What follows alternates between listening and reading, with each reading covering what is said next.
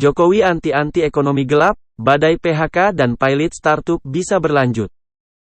Penulis, Emma Fitriani.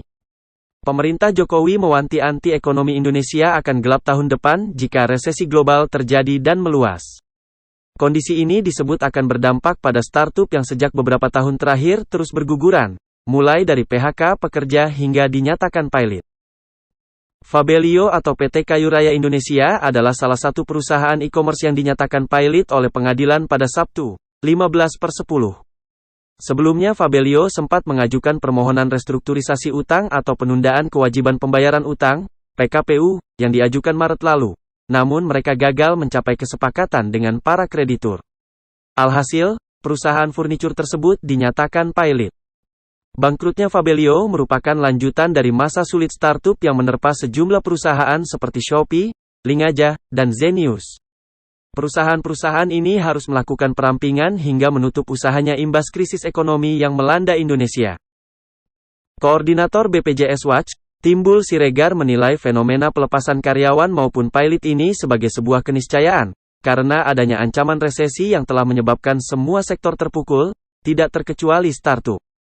Perusahaan harus melakukan penyesuaian agar dapat melanjutkan usahanya, atau menutup usahanya sekalian. Ini memang dunia selalu dinamis, jadi selalu ada dorongan untuk efisiensi.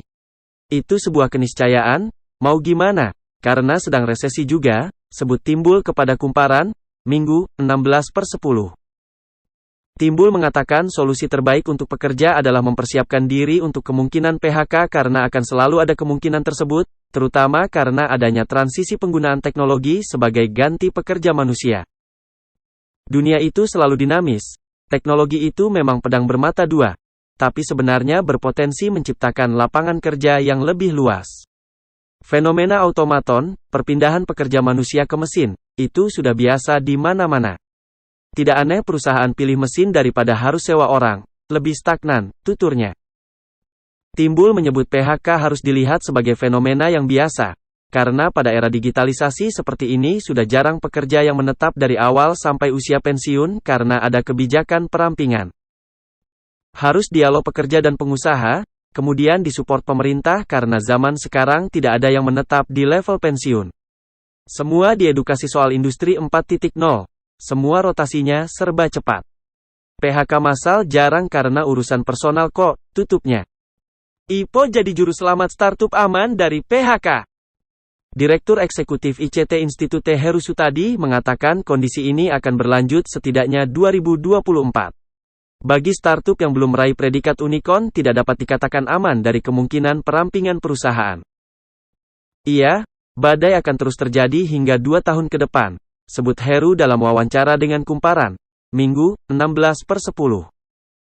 Heru mengatakan bahwa startup yang telah mencapai status unicorn lebih dapat bernapas lega. Namun bagi yang kesulitan arus kasnya, menurut dia, sebuah perusahaan bisa melakukan penawaran saham ke publik atau initial public offering, IPO. Dengan IPO, investor lebih berpotensi mengamankan hasil investasi mereka yang telah tanam pada tahun-tahun sebelumnya.